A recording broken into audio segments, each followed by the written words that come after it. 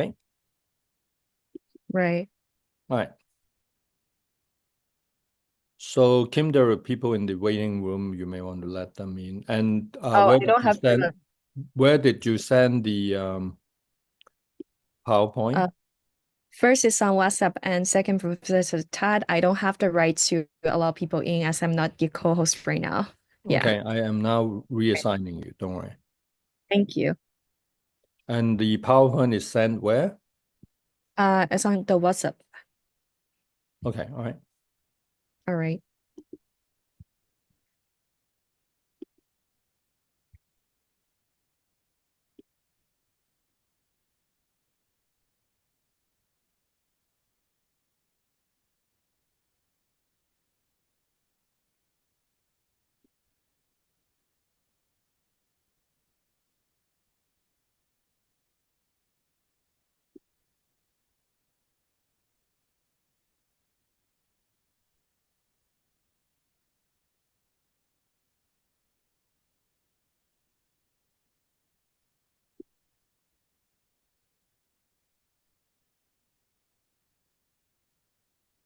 Uh, so Kim, are you not the co-host now?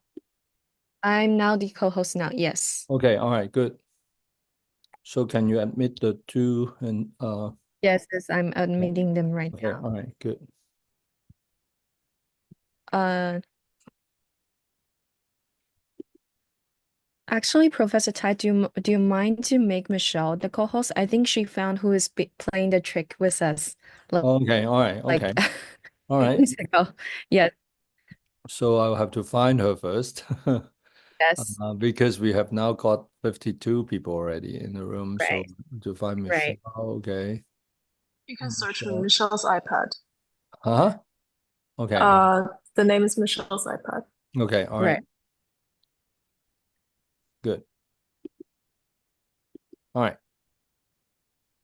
So in that case, like Kim, why don't okay, that is fine. I have all right. Right. So maybe you should just start and then like I will work with the screen share when I can. Like Thank you so much. uh So I will say hello, everyone. My name's Kim. I'm today's host with Professor Tatu holding this event for relationship. And then I'm second year at Master of Social Work program at University of Toronto during my placement now in Home for Health Associate. And my team is Youth and Family Services. I'll admit more people while I introduce myself. So we're really, really excited for today's event. And also thank you for the being the trick. I think that's a really important part for relationship as well. And thanks, Professor Tat, for sharing. So I think we'll just go with the agenda for today. I'll just let you guys know what will happen. So first, of course, please introduce yourself to us, and then we are hoping to grab some sharing your experiences of the course on Coursera and your feedback. And also, um, we want to hear something from Professor Tad regarding your questions, and finally we'll go to Q&A session. So right now we also have actually two guests will join us for today. The first one is Valerio. He is our Italian colleague right now working on Italian SSLD project for couple relationship, and the other one is Michelle, which I think a lot of you have heard about the name but didn't know who is she. So she's doing the AI program with Professor Tap, but I'll just give them a chance to let them introduce themselves to you. Valerio, do you mind to start introduce yourself? Yes, thank you, Kim. I'm Valerio. I'm from Italy, from Padua, close to Venice. And I met Professor Tat during one of these live sessions, actually, because I had taken many notes in Italian language about his course. And so I said, would you like me to share them with you? And he said, oh, yes, they're very interesting. And so we kept in contact. And at some point, when I told him I would have liked to create a relationship education course for the Italian people, he was very generous to agree when I asked if he could help me a little bit. And so now we are working together for making an Italian course, which will also include SSLD topics and materials by Professor Tat. We're also planning an event at the University of Padua in June. If you'd like to join, just let us know. You'll be very welcome. Right. Thank you so much, Valerio. Thanks. And I'll pass the microphone to Michelle. So Michelle, do you mind to share a little bit about the AI project that we are running with Professor Tad right now? Sure. Hi, everyone. So, I'm Michelle, and I'm sorry. Yeah, I'll just like turn on my camera, and then yeah. So currently, I am working on some AI project with TAD, and our biggest project will be TADbot, so based on the SSLD system, and later on, it will be online on our Spire website, and it will be available for everyone to use. And this project is basically for psychotherapy and social worker training. And it's basically like an AI chatbot that has everything about SSLD. And then when people, want to get more information or want to have question regarding SSLD knowledge, then they'll be able to ask the chatbot. Yeah, so that is one of the projects we're working on right now. And the team also have other projects and mostly related to either children or elder seniors. And we're also working on chatbot for like treatments on like ASD or dementia. So if you're interested, can reach out to us and then we're happy to provide more details. Thank you. Right. Thank you so much, Michelle. And Professor Tad, would you want to introduce yourself to us, or would you want to leave this Oh, time for actually, yeah, I am happy to introduce myself. But I imagine most of the people who've taken the course would have some idea about who I am. My name is Katet Sang, and I'm the instructor of this course that you are taking. I'm very enthusiastic about online education, and we have been together with my research and development team here at University of Toronto. We have been doing things in quite a few very interesting areas. I will tell you more about our updates during the update session. So I am going to be answering these questions to you to demonstrate, how you can answer this. I am now currently living in Toronto, Canada. Gender would be male. Age, I belong to the fourth category, which is 56 or older. And my occupation, I actually have many occupations. My full-time job is working as a professor at the University of Toronto, but I have been involved in quite a few things. Michelle just told you about chatbot design, which is one of the things that we're working on. We're also working on the application of AI in a wide variety of fields. I also do consultation and training for non-government organizations, and I also do consultation for mental health professionals when they have challenging issues. I have also been involved in designing websites and online resources for people in the area of mental health and human service. And I can go on and on, but those are the sort of the work-related aspects. And the other thing that I want to share about myself is that I'm very excited with this opportunity to connect with people from all over the world. Our online course, the one that you're now taking, has enrolled over 230,000 learners already worldwide. And through this, I have the opportunity to make friends such as my good friend Valerio, whom you just listen to today. And I believe that by helping people to develop better skills to develop relationships, we're making at least some small contribution to people's quality of life and wellness. Later on in the update session, I will tell you some of the accomplishments that we have specifically in this area.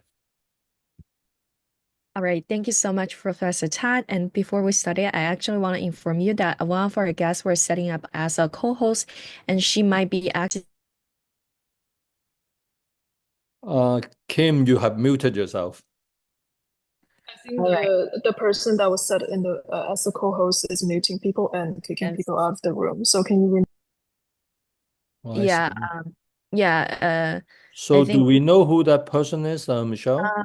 I think from my end is Maria Singen. I think she's probably kicking people out by accident.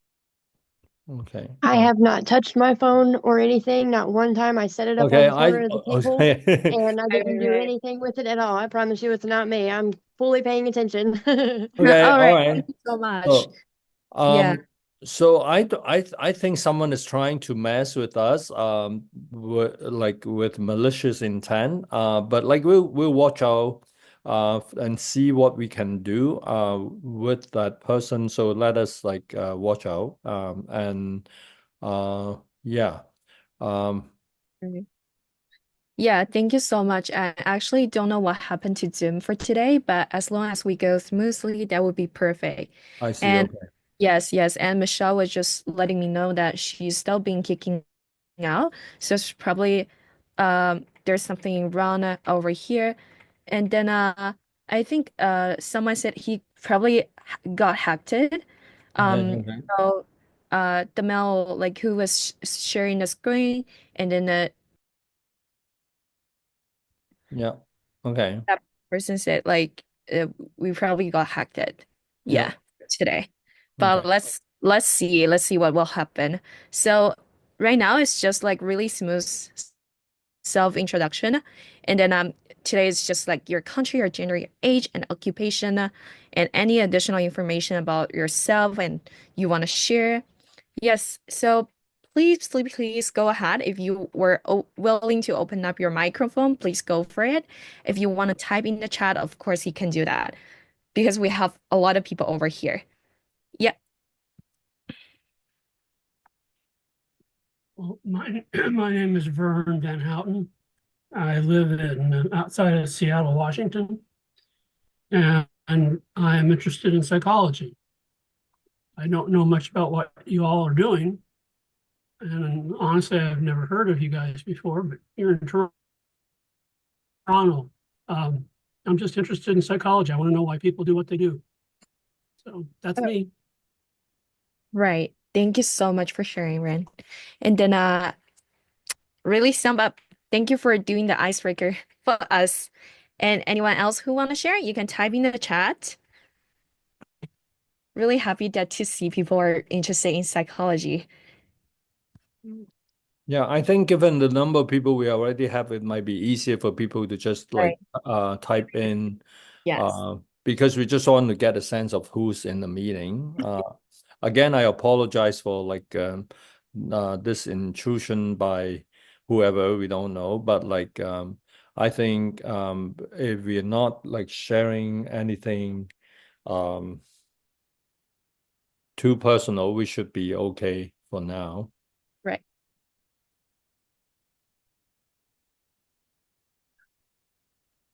Oh, from Philadelphia, USA. Right. Love learning new tools to grow. Very nice. I'm from Toronto, and I retired teaching. I'm interested to learn more about what personal applications I can use from the course. Very nice. Boston, very nice. Oh, hi. I currently live in Colombia, but I grew up in the States. I'm a female, 20 years old. Pre-med students. Nice to have you over here. Thank you for sharing. Well, give people more time to share, to type in.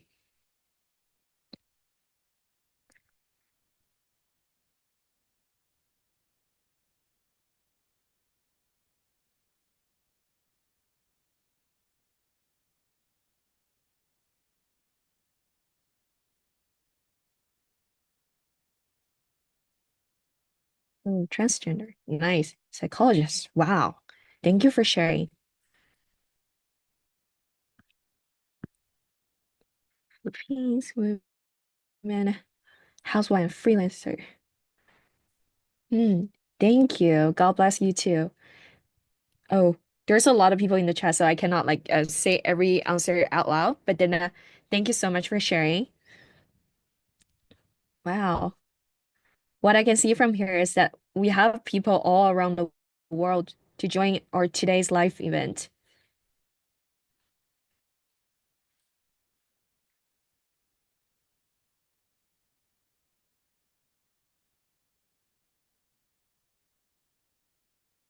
When and just human nature and relationship. Winnipeg. Wow. Lived with my Korean husband for 7 years. Understanding myself and people. That's a really important topic.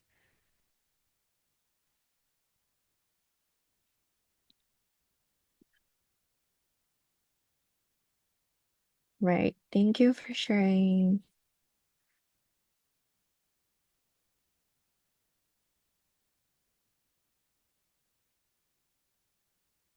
All right. All right. I want to, wow, understand relationships from academia perspective. Nice. University of Toronto, India. Wow. So I would like to say thank you so much for participating.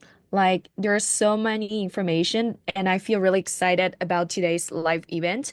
It's just too much information I cannot read through one by one. So thank you so much for joining. And I thought a lot of people are here for learning new skills and new tools and then self-growth as well. And having healthy relationship. Wow. To my workplace and family. Yes. That's quite important topic, right? Right. All right. All right. All right. Thank you everyone for sharing. Wow. More comments. Philippines. Additional information that I can share with my students. Thank you so much. I hope we can share more about today's information. Have so much difficulties with relationship and getting married and having children. Hope to see why young people have so much difficulties. Very nice question. Very nice question. Development, age over. Oh, all right. While people are still sharing, I think I just want people to know that today we actually are running through a Q&A session. So I already saw people are pulling up questions, which is so great. And then I hope you don't mind me asking, but I would encourage everyone to ask questions regarding about relationship. It's okay that you want to type in the chat, and it's okay if you want to speak up. Raise up your hands and say, hey, I got something to say. And in that case, we'll be really, really happy to address your questions from Professor Tat's perspective. Right. Yep. So I just want to maybe say a few things for this live event. We have been like hosting this live events on and off. We have not been like doing it in a very regular manner, mainly because of like the huge volume of work that we have to deal with. But then I think we have actually over the last while received a lot of messages from people who are taking our online courses, wanting to connect, and some of them have like very good feedback for us. So we believe it might be not a bad idea for us to have this opportunity to get people to come together, and maybe we can share some of our questions, interests, and our own experience with each other.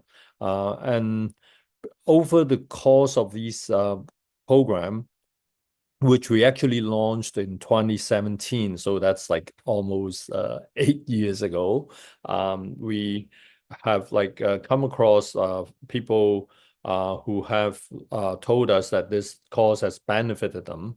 And we also have like received people making specific requests and giving us like specific suggestions for what we should be doing. Later on, as you see in our program, we actually have a time for me to be like sharing some of our updates with people. So I will save some of my comments till then. Now, I think it is like probably not a bad idea to invite people who came here, maybe with questions or with like ideas that you plan to share with people. And if you do not mind speaking up, that will like get the process started. So basically, we're making this time open to people. If you have like things you want to share about your experience with the course that you're taking, or you have like questions in this area, or you have like even feedback for us, comments, you're most welcome to share them. You can either raise your hand as like Kim indicated, and then we will call you, and then you can unmute yourself and start speaking, or you can simply just use the chat and enter your comments, questions, feedback, whatever.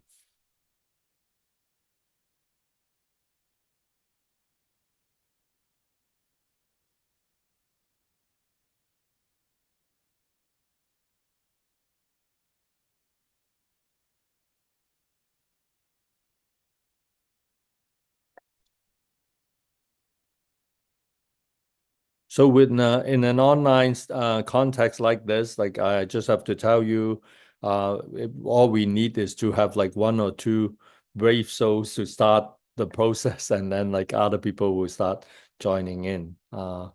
So I would encourage you to start. Maybe it is easier for some of us to just like type in what your current interest might be, what you expect to find out.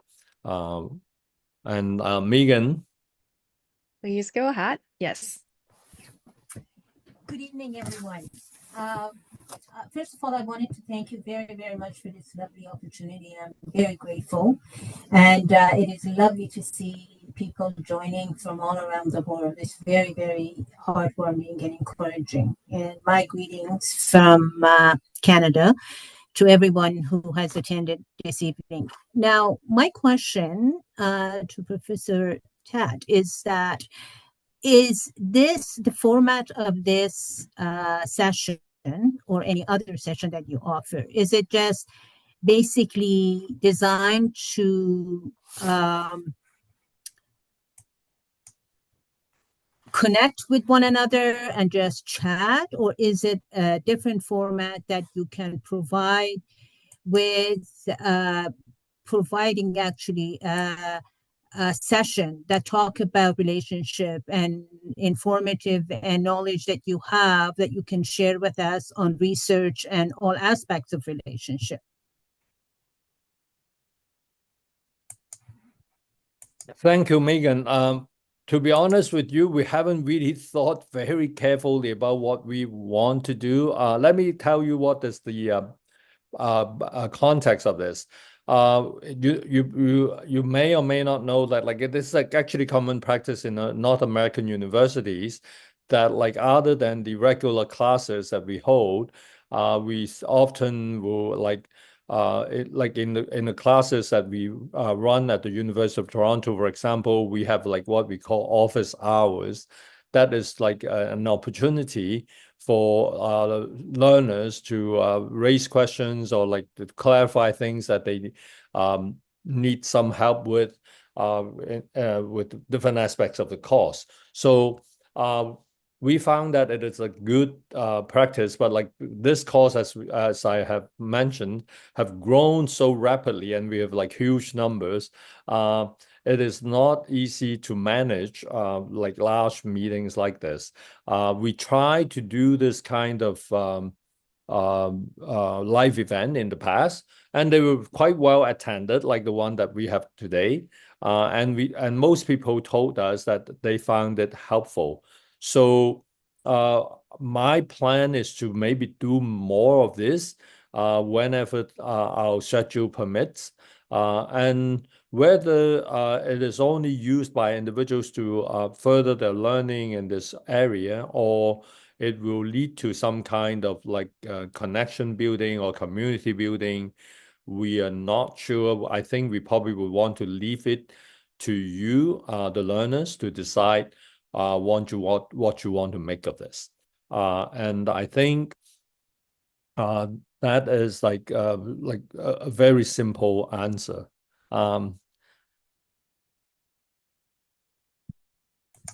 Thank you for that, Professor Tat. I really appreciate your insight in this. I am personally, I am very, very interested in research and your insight into the whole dynamic of relationship, because it's a very complex issue, as I'm sure you know.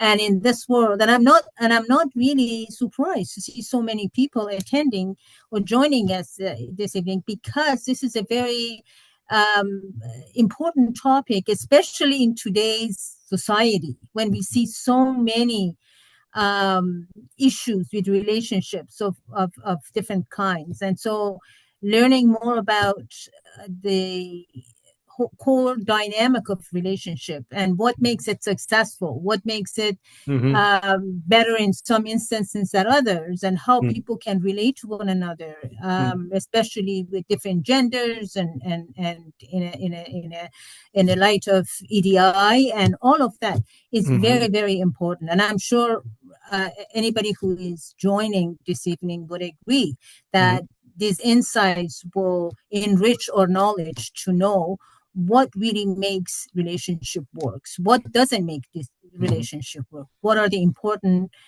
pivotals of building a very lasting relationship. So thank you for your insight. Thank you. Thank you, Megan. And actually, there is like a participant, Michelle Tuck, who had like typed in a question. I am going to address that. I think it is like something that is very important. Michelle said that like in the US, we are incredibly divided. What are some tools or methods to help people with different perspectives to maintain healthy relationships? I think this is like a wonderful question. I don't claim that I necessarily have the best answer for this, but I would want to offer like some of the views that we can extract from the SSLD system. So first of all, like when we talk about people having different ideas. So, so Michelle, you're here, okay? Okay. I'm here. Yeah, good. All right. So, I just want to say that, like, you know, when people are different, one of the things that I want to emphasize as the backdrop is that difference is good. In the course, if you remember, we mentioned this concept of like biodiversity. So, which refers to like a very important biological fact when we look at how the human species evolved, like from more primitive forms of life to where we are. The whole idea of natural selection requires that like we have like diverse phenomena, so that like there are things to select from. So diversity itself is good.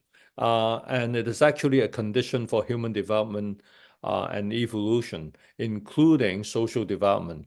So learning how to deal with difference, therefore, is an important lesson in human life.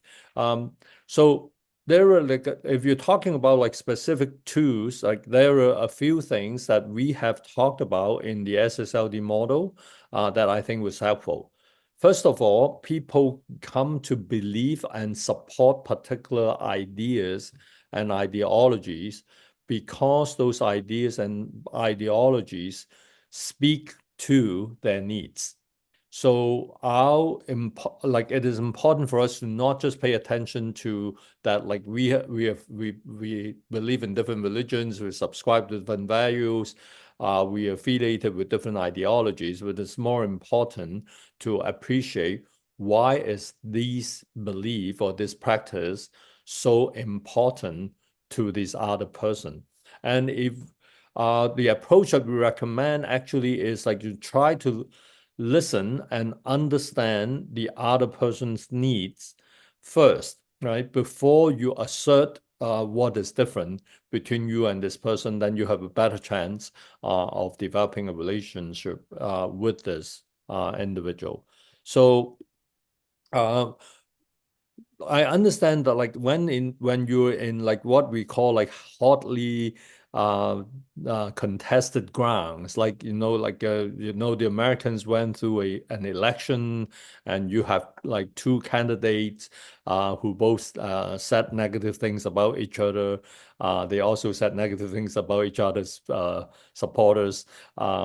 That is the kind of language. If you look at it, it is more about like me asserting my view rather than I try to understand what you stand for, what your needs are, what your concerns are. So the simple recommendation that we have here is for people to try to understand the other person's needs first. In the program that you're taking, we have this like very simple conceptual tool called the N3C. So when you're asked, what do I need to understand about the other person who is different? The first concept is needs. The second concept is the circumstances. So the circumstances do not necessarily refer to objective environmental reality. It refers more to the subjective experience of that person, the kind of state that the person finds himself or herself in. So say, for example, I may actually be doing quite well, but if I feel that like I am financially disadvantaged and like some other people are doing things that are hurting me financially, even though I can afford to have a comfortable life, I may still feel a certain sense of resentment and animosity towards those people who I believe to be causing my difficulty. So those circumstances actually includes how a person sees his or her own situation. Characteristics, as you know, like if you look at American politics, there are like certain patterns that like certain ideas and values tend to be associated with like certain characteristics. Like so age, level of education, income level, the part of the United States you grew up in, all of these, as you know, have some influence on the person's political orientation. The last part, like we have like needs, circumstances, characteristics, we also have capacity. This is the most important part. Having the capacity to embrace people who are different, having the capacity to respect people, even though they hold different views and practice like life differently than you do, is a capacity to be developed. Not everyone is born with that capacity, and that has to be nourished. And we are hoping that courses like the one that we are offering will help to contribute to and enable people to build better capacity for listening to each other, understanding each other, and engage with each other. Thank you very much. I hope that like answer your question to some extent. As I said, I don't claim to have like no, I appreciate it, and I think that my husband and I do what we can to try and find a solid middle ground.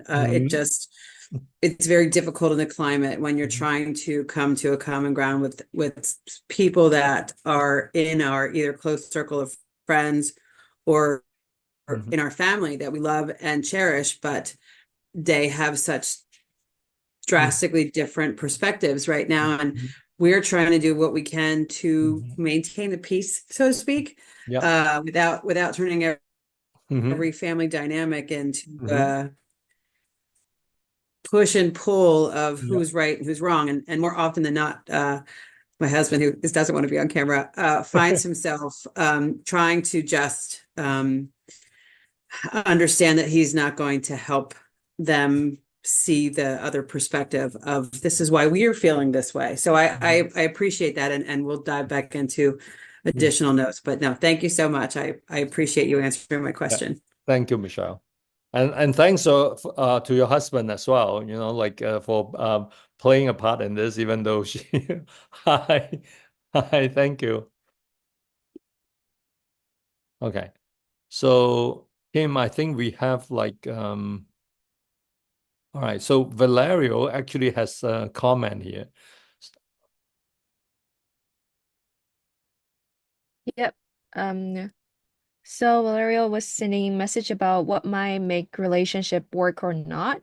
So he said like he discovered today that someone made a study about wedding costs and marriage success. There seemed to be not much influence of to um of how much you spend on wedding day and whether the marriage will work. Very nice. Thank you so much for sharing. Okay. So Yeah. like I think this is an interesting point, Valerio. Thanks for sharing. And it is true. And I think an important lesson to be learned from this is that, like while a lot of couples spend, I would say, a fair bit of time arguing or like having issues or conflict over money matters, I think developing a sensible approach to consumption, to using your money is probably something that everyone can benefit from. Based on the SSLD approach, I want to say something some people may find shocking, right? But I just want to tell you that, like in SSLD, we actually believe that no one needs money. So you may think that like Ted is crazy for saying this. So our idea is very simple. Like no one actually needs money. We need what money can get us. Like we need what money can purchase. But like knowing how to use your money in a sensible manner so that what you're purchasing with your money or what you're buying with your money actually address your real needs rather than spending money the way people expect you to while the expenditure or the consumption does not really lead to significant improvement in your own quality of life. I think that is an important lesson that we want to share with people. So Kim, I saw Kelly here has a question. I'm like looking at it like I have a question I was hoping to explore further. In the first session, we learned about needs and how some wants are different ways to fulfill those needs. This got me wondering how much do needs vary across cultures and personal values? More specifically, how can someone identify what the true needs is? I understand that different aspects of a relationship hold different levels of importance to different people. And it can be tricky if past experience causes people to learn to dismiss their needs. Oh, okay. So don't apologize. You're right. These topics have actually been covered in the course, but it is not a problem. Will you be sending out the recordings out later? We will look at the recordings, and if like we want to make sure that whatever we post is okay. After we have looked at it and added it, we will post the recordings. So I'll very quickly respond to your question, Kelly. First of all, learning what your true needs are is, I would argue, one of the most important lessons in life. So you're right that needs do vary across cultures and personal values. That is very true. And even with the same person, like every one of us, our needs change over time. So you may feel you have a strong need for something now, which you didn't have when you were younger. And then when you like grow older, you will find yourself like paying more attention to other needs. So how do we learn about our true needs? We actually have developed some interesting exercises for people to learn about needs. And hopefully in the future, we can use some of these, we can post some of these exercises online for people to do. But in the course, we've already given you some examples. But here, like I can use like a simple example and see if participants here want to try this out. I'm going to give you an example and then see if you can guess what the answer is. I'm going to like give me maybe 1 minute. Hopefully, I'll be able to find the PowerPoint, and then I can quickly share that with you, and then you will have like we can all have some fun with this NEAT module, which is a core module in the SSLD system. Okay, so just give me a sec. Right. Well, Professor Todd is searching up to the example, and I want to say that we have been noticed that our Zoom might be hacked by a hacker. So the hacker is trying to move people out from the Zoom meeting and lock people from entering the Zoom meeting, which we're sincerely sorry about if the hacker has been moved you out and you have to be consistently in and all right. So the hacker will mute people as well. So just in case if say host muted you or host removed you from the meeting, it's not us. So we're trying to see what we can do, but we have already sent we have teach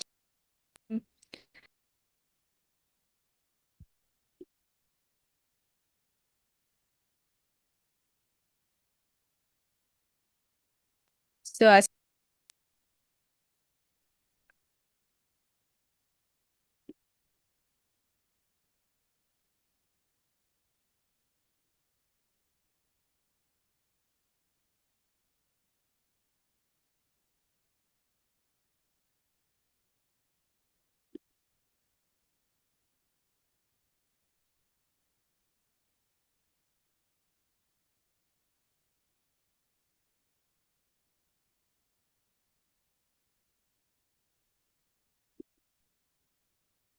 So Kim, I think you have been muted.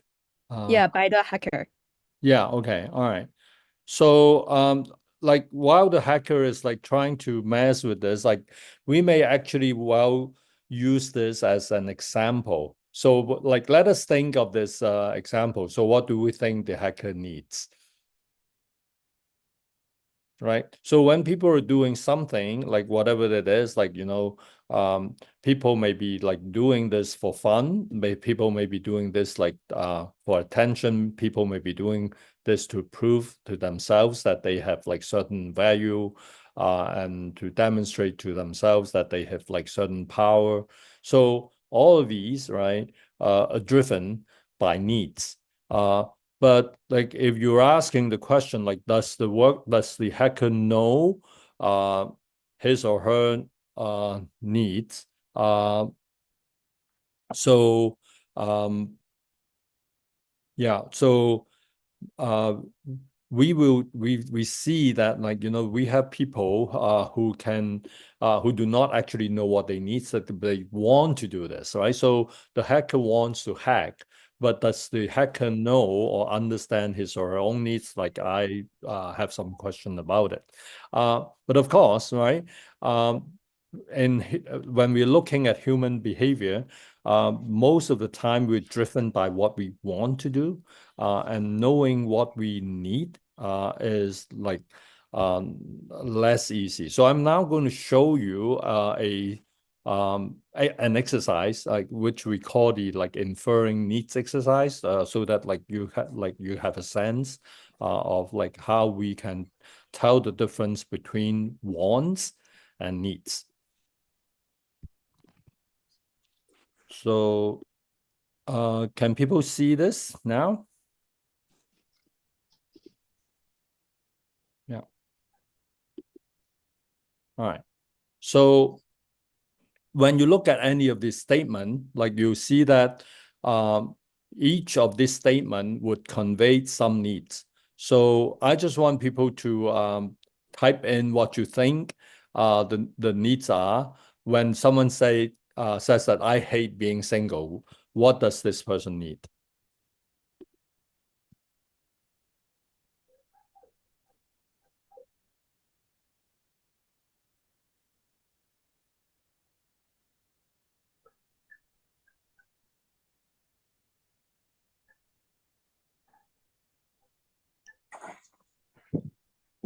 This is Vern. I think it means that that person is lonely. Mm-hmm. Yeah. So, like, if the person is lonely, what does the person need? People or dogs. Thank you. Like, this is actually a very helpful answer, although it is not exactly correct. All right. So this is like the answer helps us to understand the difference between need and want. So when someone say that like I hate being single, they're like this person needs quite a few things. So if we say that like I need to be not single, so what does it need? That means that like I need to be like in a relationship. How do we understand this need? The need to be in a relationship, we sometimes call it a need for affiliation or a need for attachment. So this is like what the person needs. But when someone says, I hate being single, the person actually needs more than having a relationship or having attachment. The person actually is not happy with his or her current state. And the reason why I hate being in the state that I'm in is because I have little control over what I am doing, and I have very little control over my circumstances. So this person has another need, that is the need for autonomy, the need for mastery and control over one's life. So from a single statement like this, we can infer like multiple forms of needs.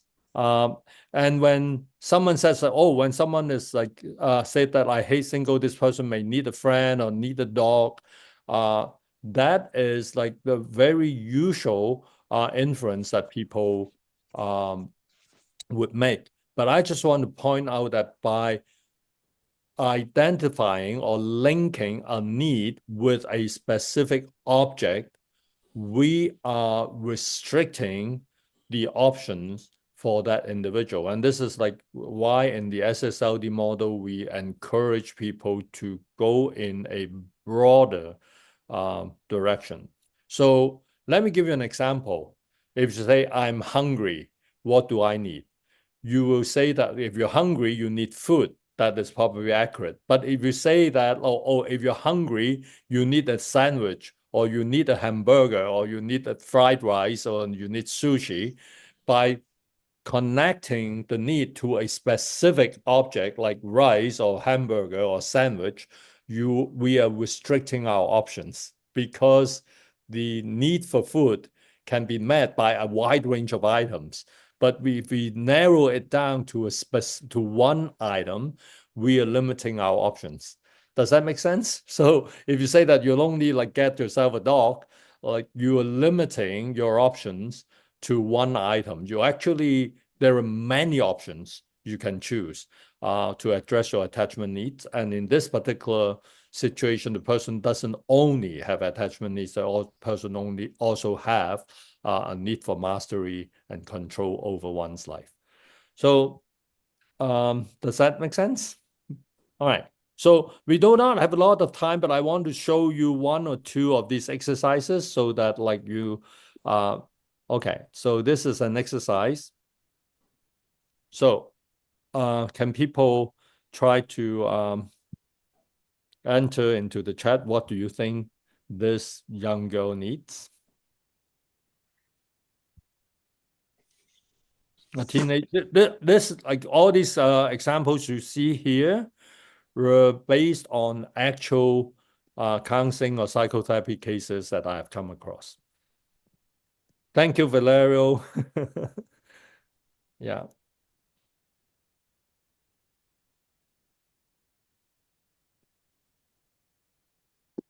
Thank you, Kelly.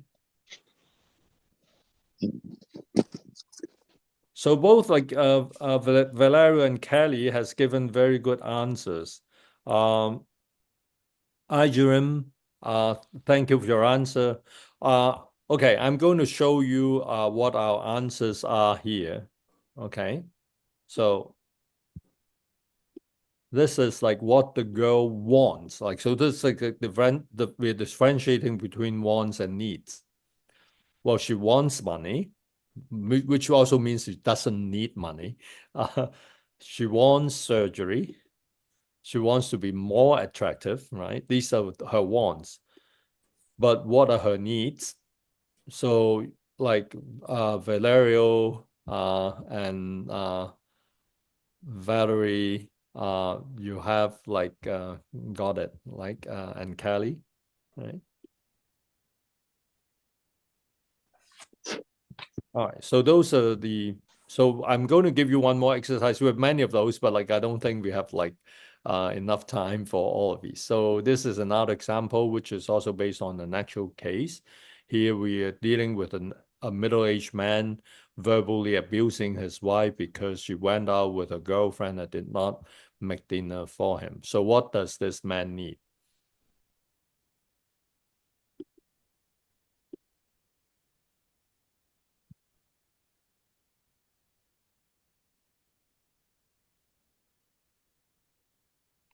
Anyone wants to try?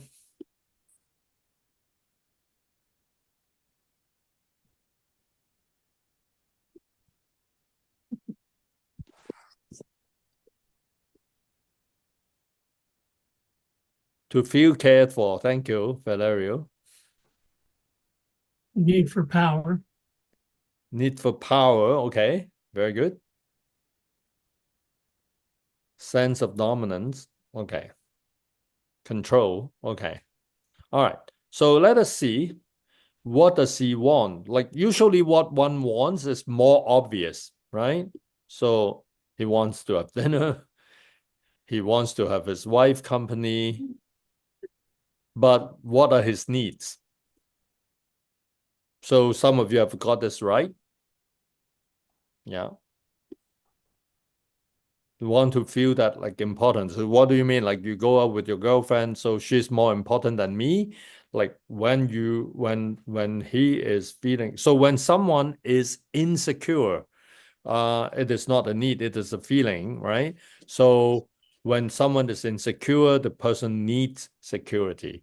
So when someone needs respect, we also connect it to the person's esteem needs. So I think I would stop here. As you know, we have like many of these exercises. What I'm saying is that like we can turn one of these exercises into an online learning module if enough people are interested. We can probably do that, and then you can go online and have fun with this like exercise and learn some of the concepts. But back to the question that I was trying to answer.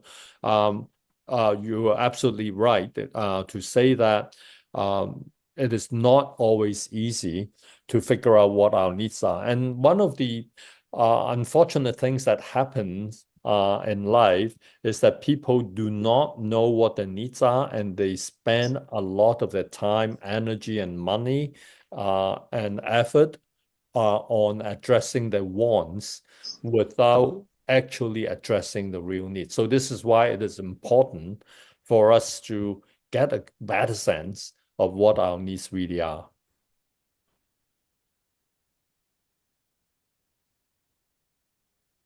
And Kelly, I thank you for your comment in the chat. I think that this makes a lot of sense.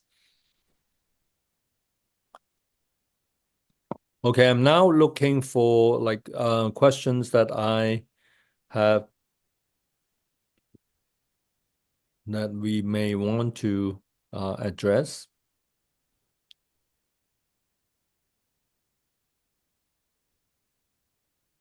So back to Asora's comment to everyone, like one of the comments that I want to make is that when we are talking about developing ourselves and a sense of self-sufficiency, this is like important, because if the more you can move towards self-sufficiency, the less reliant or dependent you are on other people. But ironically or paradoxically, self-sufficiency is usually developed when you have healthy relationship with more people, not just one person. When you have like a network of healthy relationship, and you feel that like these relationships are effective in like addressing your needs, as well as like you're getting feedback from positive feedback from people in these relationships, that feeds into strengthening your sense of self, then you actually can get to a point of self-sufficiency easier. So I am also looking at Julie. I am interested in research. There are literature and publication on the lack of social skill in autistic persons. Are there research and works on the way and culture of relationship with autism? So I just want to quickly say this. Like we have a program with children with ASD, that's autistic spectrum disorder, and other forms of developmental disorder for many years. I first started working with families with children diagnosed with autism back in 1980. That is like, 40 odd years ago.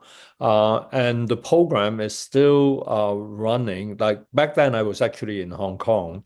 So one of our SSLD teams in Hong Kong actually just won an award in the Asia Pacific competition on like innovative social service programs. And that is the program working with children with ASD.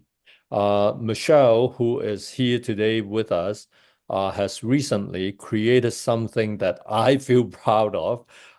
Michelle has created a chatbot of a young autistic child, whom Michelle has named Bob, who can respond by not only like giving verbal responses, but also non-verbal behavioral responses. And we are now working on this chatbot to see if we can use it to train parents and mental health professionals so that they can work more effectively with children who are thus diagnosed. But back to the question about like, are there skills that like children with ASD or autism can learn, or individuals, which it would include older people, like older adults who have the diagnosis? The simple answer is yes. And in the first phase of this intervention, our focus is on developing the capacity to learn how to learn, right? Learning how to learn. So the key idea that we have played with in the last 4 decades or so is to help children to learn in the natural environment through observation learning, so that they can learn through observing other people and make sense of what other people are doing, and then learn to reproduce similar behavior. So that is like a very general description for people who are interested in the ASD program. You're most welcome to get in touch with us after today's meeting. I'm not sure, like Michelle, do you want to comment briefly on your exposure to the ASD program and your experience like creating the chatbot Bob? Do you want to share your experience with our friends here? Professor Ted, I think Michelle changed another account because the hackers keep kicking her out. So she will just use another account. Michelle, like if you cannot join it, that's fine. But like if you can like hear us and you can speak, you can like comment. Yeah, so I actually joined from another account and named myself Bob. But yeah, it was a very interesting project, and so for this project, basically, I started like kind of from scratch with like the existing like code that we had from Tedbot, and then I integrated like another prompt for this Bob persona, and then it's supposed to imitate the behavior of a 4-year-old child diagnosed with autistic spectrum disorder. And for the persona design, I basically looked up for related study in ASD, and then found like a case that I think might be appropriate for this persona, and then prompted so the AI kind of respond like this person.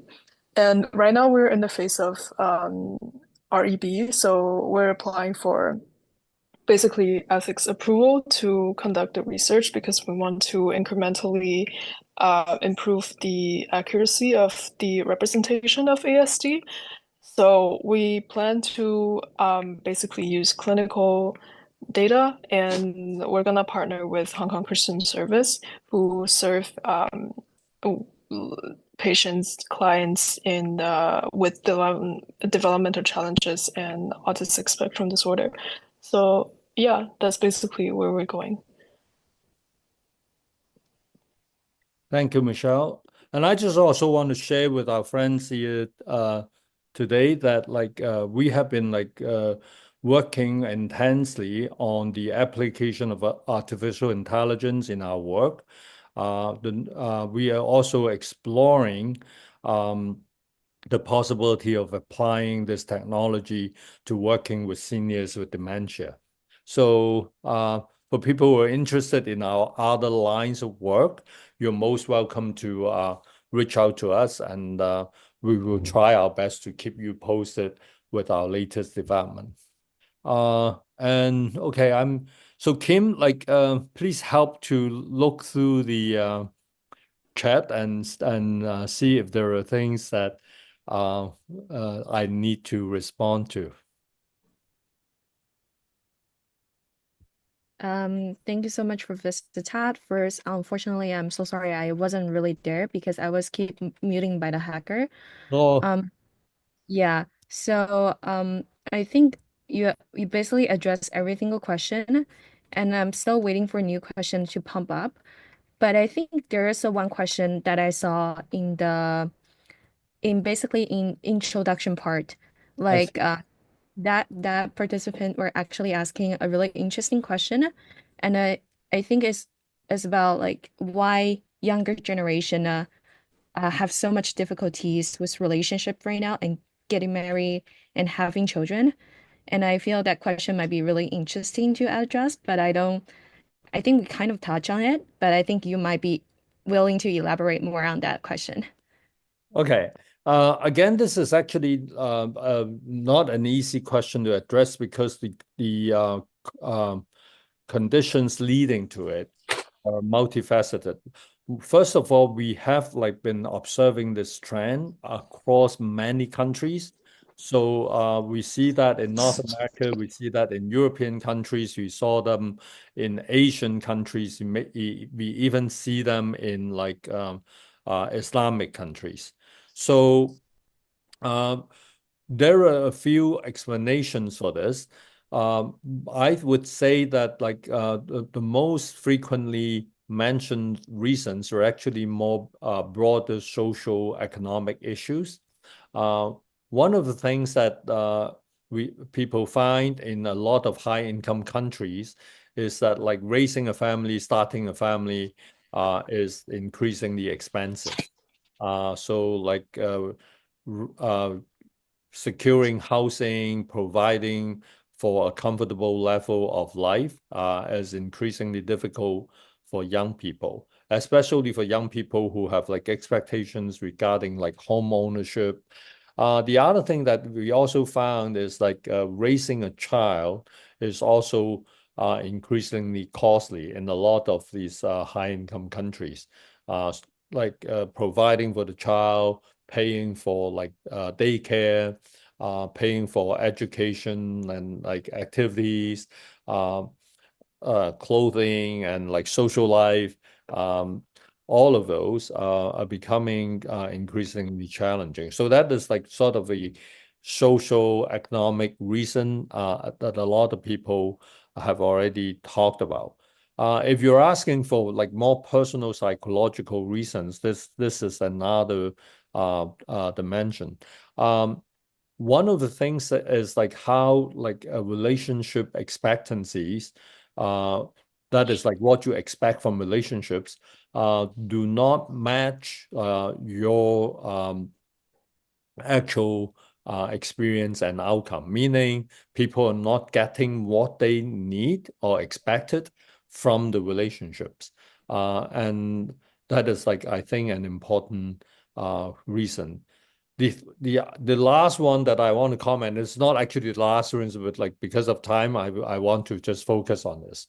One of the things that is also important is like relationship is not easy, but children have not been trained to do that. So our good friend Valerio here actually is a strong advocate for that perspective. Like Valerio, maybe you can also add your comment after my comment, because in my recent conversation with Valerio, he makes this very strong point about like how, like even in Italy, people spend a lot of time learning about geography, history, and all that. Like we typically do not give time for people to learn about how to build relationships.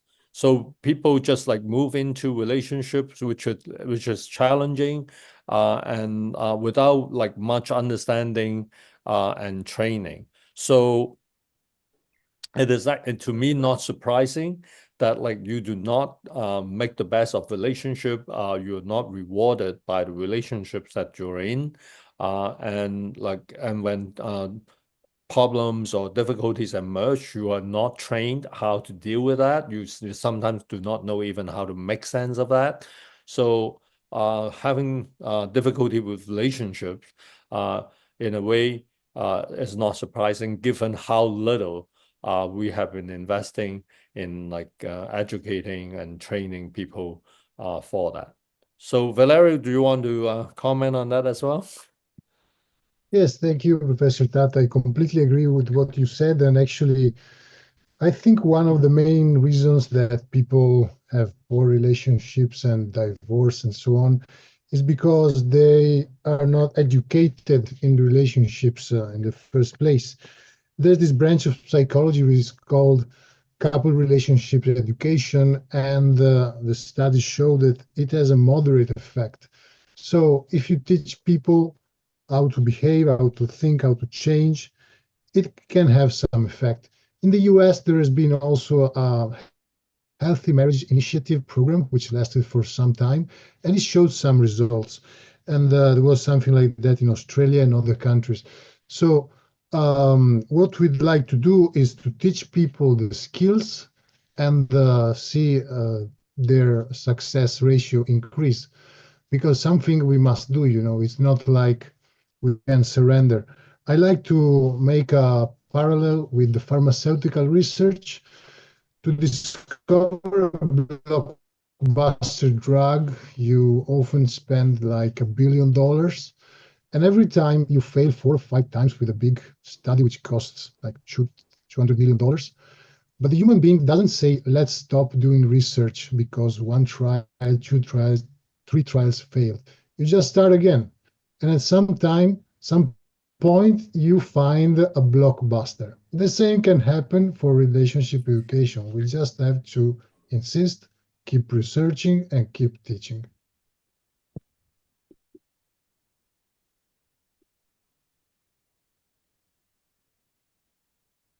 Thank you, Valerio. Thank you. Yeah.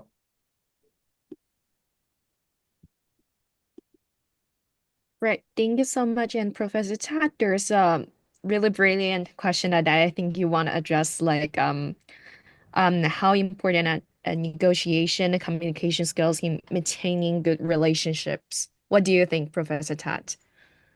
Well, I think communication skills and negotiations are very important. They're fundamental. But I just want to add that, like, after you've done that, like the capacity to address your partner's emotional needs would be another dimension that is like equally important. So I just want to say that. And then actually, we have covered those topics in some depth in our course, and I would encourage people to go back to those modules. And so, because the key idea here for a relationship to work is that the relationship should effectively address the needs of both participating partners.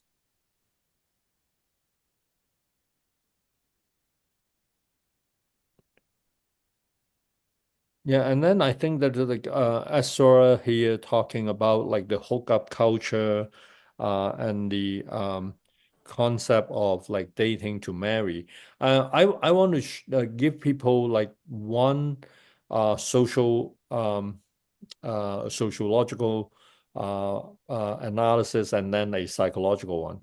So the sociological one is a more of like a perspective from what I always learn from, that is like historic demography. Don't be intimidated by the term, but what we're just saying is that like the structure of the population. So what happens here is that when people think about like getting married and staying married to the same person for life, when this idea first emerged historically, um, the average life expectancy of human beings across the world was very short. And people also got married, like, the time between you get married and you die, like typically was like something like 20 years. And now, like that time span has like extended to like anywhere from 50 to 70 years. So like to have two persons remaining compatible in a relationship and feeling gratified for that long a time, there's like no personal value invested here. I'm just looking at it from a simple statistical perspective. So the odds of people staying together for a long time and feeling satisfied is not high, so it is easier to have more people staying in a relationship feeling satisfied if the time frame is like 5 years or 10 years or 20 years. Once you extend it, then you have more and more people like who are growing apart, who have like developed differences that they do not know how to manage, and the relationship do not work.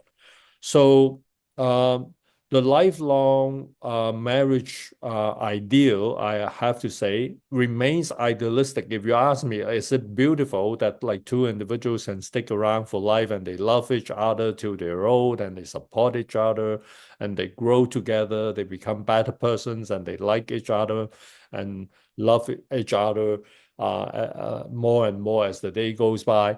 Isn't it ideal? I would say yes, absolutely. That is very ideal, and that's very desirable. But if you ask me how realistic it is for like most people to attain it, and I would say it actually is difficult.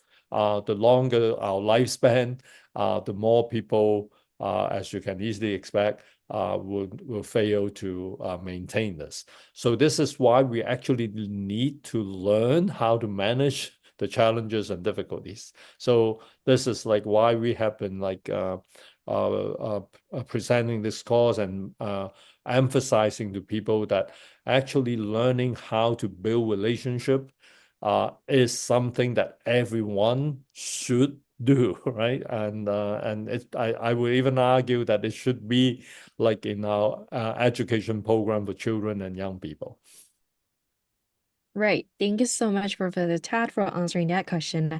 And I think there's two more questions pump up. So I think Clark asked, how much do people's attachment style affect their relationship, and how can we address maladaptive attachment style?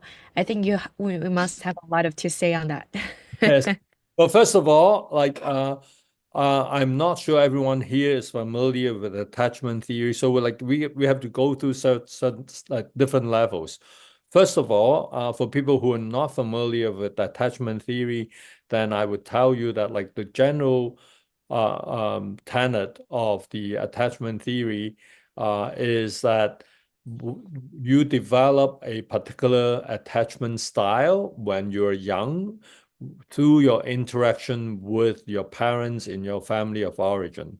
And this attachment pattern will continue to affect the way you relate to other people through your adult life. So there is some research evidence in support of that, but I myself is generally suspicious of this thinking. My position is that yes, what you went through in childhood can affect the way you build relationship with other people. That I agree.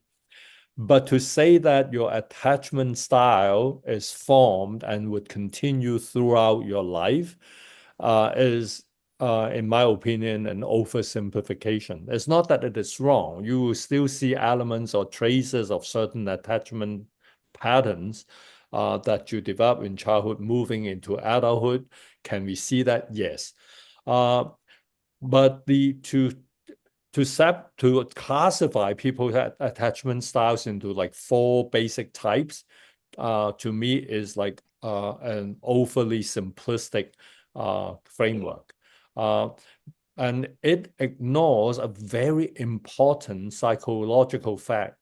That is like people do not behave in exactly the same way across relationships. And each relationship creates its own relational context.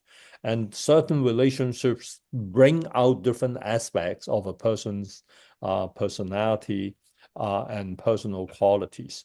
So if you look at yourself, you will find yourself behaving differently with different people. Meaning different relationships bring out different aspects of your qualities. Who are the people who behave across all relational contexts in exactly the same way? I would say, one, these individuals are probably aware. 2, if someone is behaving like that, that means this person has like very limited flexibility and adaptability, and it is actually a sign of poor mental health. So I would say that it is probably more helpful to understand a person's relational behavior within a particular relational context. But is it meaningful to talk about someone repeating a pattern of how to relate to people across relationship? Yes, it happens. Say, for example, some people across different relationships always like suspend their own needs and try to please other people, put other people's needs ahead of his or her own. We can be talking about people with like very poor self-esteem who do not believe that they are worthwhile. They put other people's needs in front of theirs. There may also be a deep level of like hidden fear of rejection and abandonment. Do we see people like that like behaving in a rather consistent manner across a relationship? Does this happen? I would say yes, it does happen. But even with such individuals, you can see them behaving differently when they're in different relational contexts. This is like what makes psychotherapy possible, because we believe by relating to people in a different way, we'll be able to bring out different aspects of this person's qualities and personalities. And we have also seen in real life that people who are fortunate to run into like partners who are understanding, accommodating, and supportive, their like personality can grow within that relationship, and their relational behavior, their interpersonal behavior can also change within a healthy relationship. So this is like what I would say about like attachment theory. I think it has some value, but I do not think that like your attachment style, like from childhood, dictates the kind of love life and relationship that you have through your adult life. I think there's a lot that can be done through learning and changing of behavior and building a wider network of relationship and making the best out of relationships, so that relationships can be leading or contributing to your personal growth and change. Right, Professor Tad. I think there's two more really valuable like questions that people are really resonate. I thought people are giving thumbs up and heart to Yep. that question. And one is about narcissistic personality. Like someone asked, like if someone has a narcissistic personality, can you really manage that relationship? And I think Mai also wants to ask the same question. Okay, all right. It is not a joke. I just want to tell people, like many people around me think that I'm narcissistic. So, all right. So, but like, of course, like you have to understand what do we mean by narcissistic. Narcissistic means that you love yourself, you feel good about yourself, and you take good care of yourself, then I think it is a good thing, right? So when it is becoming a problem, that is like when your perception of yourself, like being good and positive, is closed to receiving feedback. So, like you believe that you're wonderful, you're perfect, and if people give you feedback, you reject it, you do not process it, then I think it will obviously become a problem in any relationship. So I'm not particularly worried about like whether people are narcissistic or not. It is a label, but I think what is important is like if the person has like a good assessment of himself or herself, and if the person is open to receiving feedback from people. And the other thing that is also important in relationships that we have been repeating a lot is like whether you're narcissistic or not. Uh, as I said, if you're taking good care of yourself, you're addressing your own needs effectively, that is not a problem. It only becomes a problem when you can only address your own needs and you are not capable of responding to the needs of the partner that you are building an intimate relationship with. So to me, I would not like, it doesn't matter whether you call it narcissistic or not.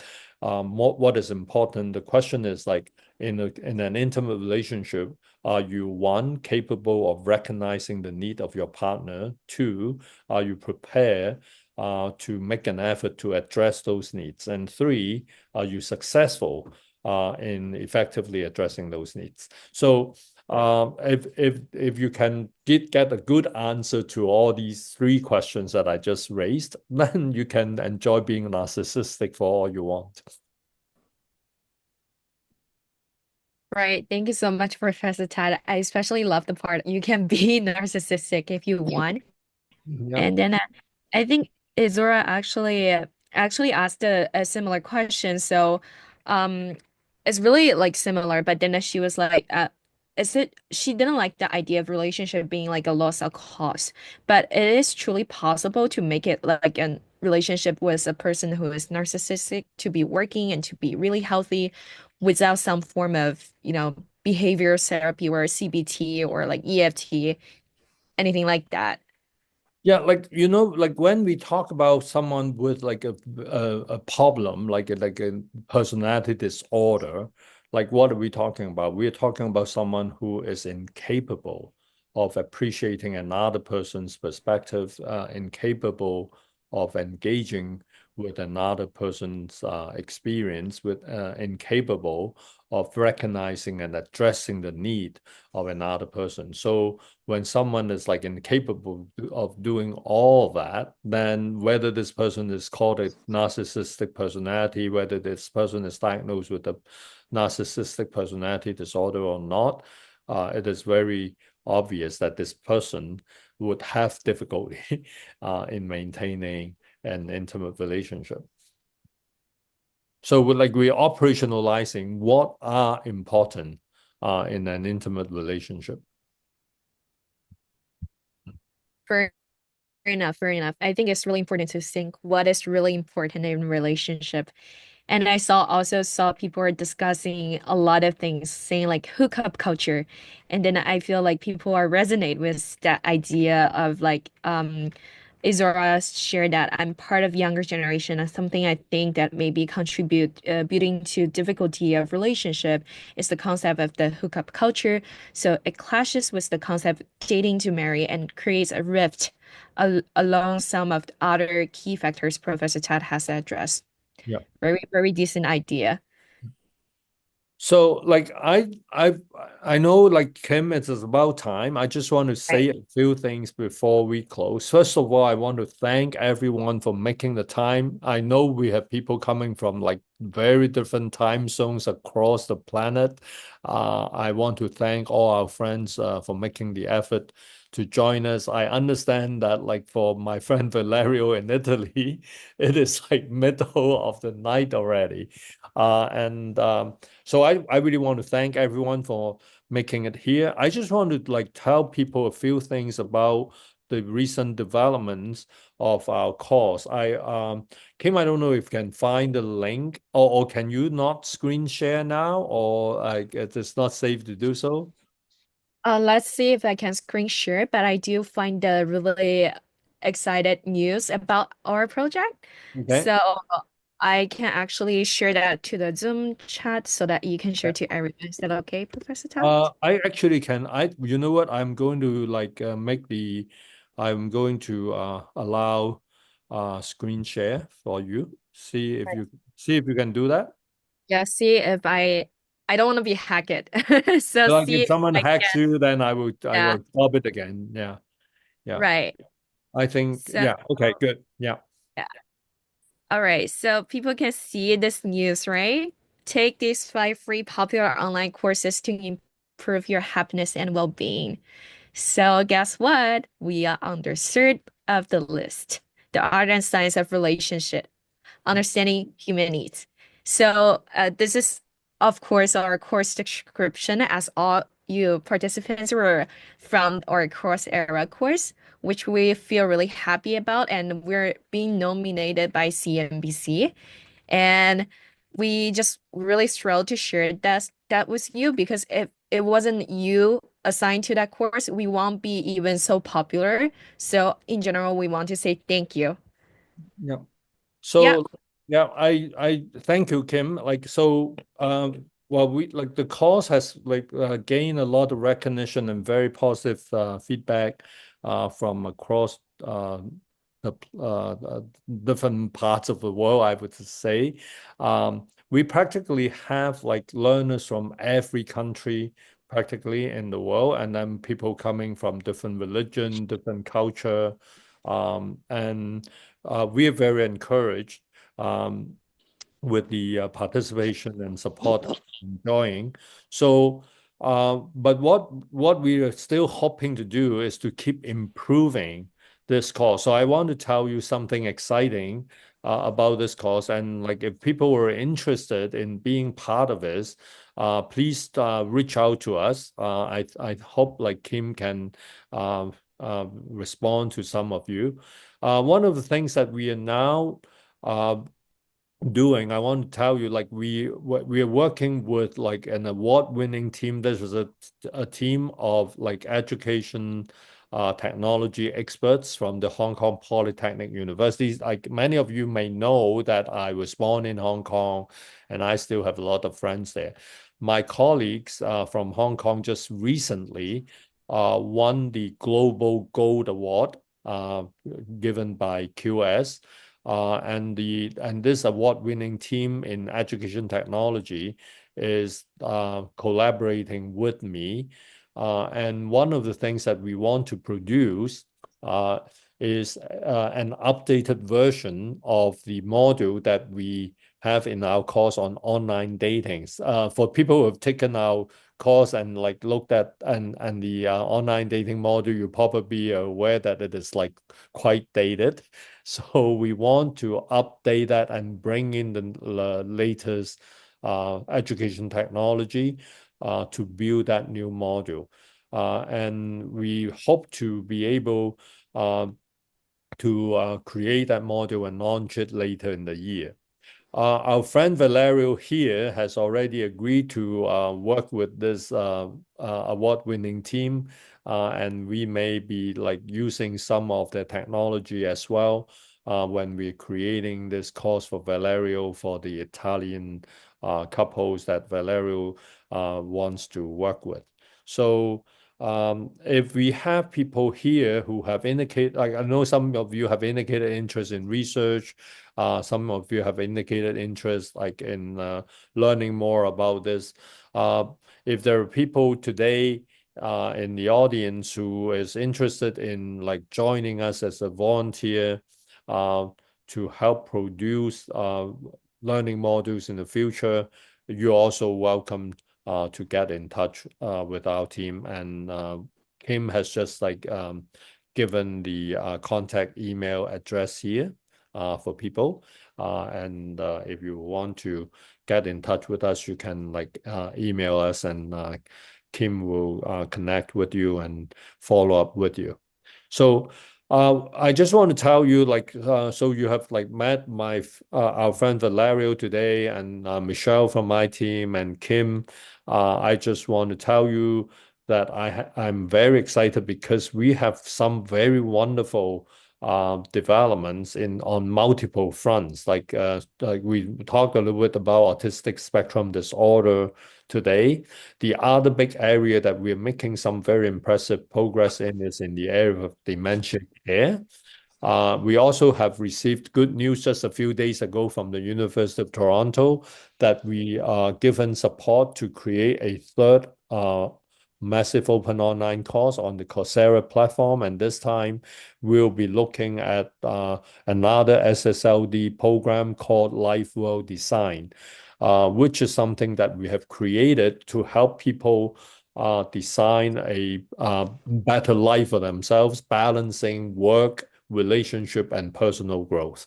So that is like something that we hope that we'll be able to complete by the end of this year. So again, if people who are interested in learning more about this or are wanting to be part of this, you can reach out to us in the email address that we gave. Right. So again, thank you so much for attending to today's meeting. And we're so sorry about the hacker stuff, but I hope everyone is doing well. I hope we address every single of the questions that you have asked. But in the meantime, I just wanted to say, like, if you don't feel like this is the right time to ask question, always feel welcome to share your insights to us through teams@gmail.com. Me and our team will look for your info, and then we might share that to Professor Tat. And eventually, I just want you guys to know that there might be a next live event session soon. So of course, you can always take your question to that live event as well. And thank you so much for participating, and have a really great morning, great evening, and good night. Thanks, everyone. I hope I'll see everyone again sometime soon.